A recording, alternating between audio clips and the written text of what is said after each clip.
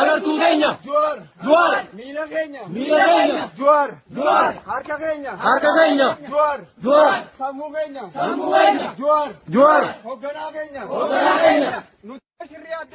Odoo shirrii adda addaa. Jawaar Mahaammadiif. Hidhamtoota biraa irratti. Gaggeeffamaa jiru. Callisee hin taa'u.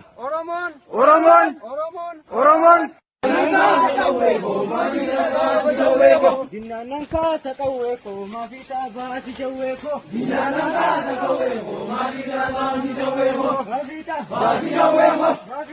Akkuma kinkiin bara fulaa 15 magaalaa Innaatis barana fakkeenya hundaaf ta'udha.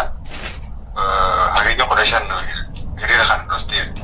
Kanummoo magaalaa Irnaa qofatti osoo hin ta'in ammoo kan galgala kanarraa toora sa'aatii 8 magaalaa Sabootii fi dhahaa cabsattillee hiriirri hirnuma ta'anuudhaan dhoohee jira.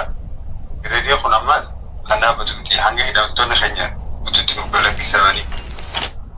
Ammas kanuma wal qabatee guyyaa 12 baatii 12 bara 12 akka guutuu Oromiyaatti qeerroon Oromoodhaa hiriira baatee yaamtee jirti.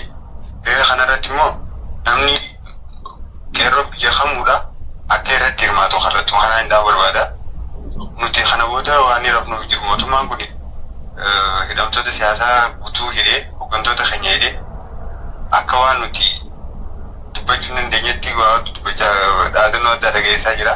Nuti immoo yeroo kanatti yoo kan jallisnee deemnu taate Jawaarii fi Baqqalaa dabalatee namoota kaanis ajjeesuun isaanii waan hafa qabu miti. Mootummaan kun tuqee nu laalee Haacaaluu ajjeese yeroo sanitti silaa yeroo kophaatti Jawaarii hidhee balaa dhalattuu waan beekuuf yeroo san keessatti akkuma Haacaaluu ajjeese owwa san keessa Jawaarii hidhee qeerroon Oromoodhaa tana booda hin kaatu yaade jiru. Ammaas biyya dhaadichaa ture. Qeerroon Oromoodhaa immoo san akka hin ta'in guutumaa guutuutti aadaa magaalaa Irnaa keessatti mirkaneessitee jirti.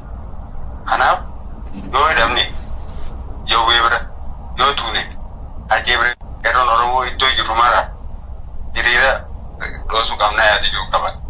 Akka mataa jetti nuti Jawaarii jechuun agartuu keenya, miila keenya, harka keenya, sammuu keenya isa malee yaadnu, isa malee nagarru, isa malee deemnu, isa malee hin qabannu.